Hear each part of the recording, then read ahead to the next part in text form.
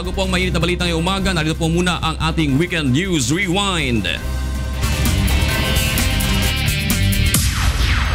Na-turnover na sa Manila Police District ang suspect sa Quiapo Road Rage na si Von Martin Tanto. Iprinisinta sa media ni PNP Chief Ronald Bato de la Rosa si Tanto na pumatay sa siklistang si Mark Vincent Heralde. Ayon sa suspect, hindi nito gusto ang nangyari at nagdilim lamang ang paningin sa galit kung kaya nagawa ang krimen.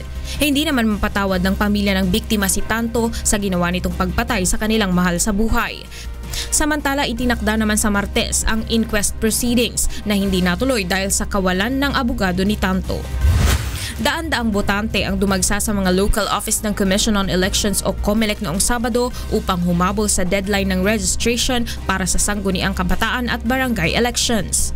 Inaasahan ng COMELEC na aabot sa 6 na milyong bagong botante ang kabuuang bilang ng nagpatala para sa halalan sa Oktubre.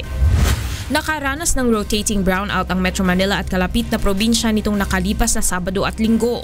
Ayon sa Meralco, nasa 300 megawatt ang naging power shortage matapos masira ang ilang planta ng kuryente sa Luzon.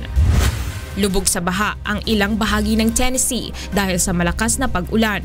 Nagbabala na ang National Weather Service sa posibleng flash flood kaya pinapayuhan ang mga residente na maging alerto. Inaasahang tatagal pa ng ilang araw ang masamang panahon. Binalot ng makapal na fog ang Beijing, China noong Sabado ng umaga na lubhang nakaapekto sa daloy ng trapiko. Naglabas ng yellow alert warning ang Municipal Meteorological Station upang mabigyang babala ang mga residente. Papasok na sa Rogers Cup Final si world number 1 Novak Djokovic matapos talunin si Gael Monfils ng France sa semifinal sa score na 6-3, 6-2. Makakalaban ni Djokovic sa championship si Kei Nishikori ng Japan na tumalo naman kay Stan Wawrinka sa score na 7-6, 6-1.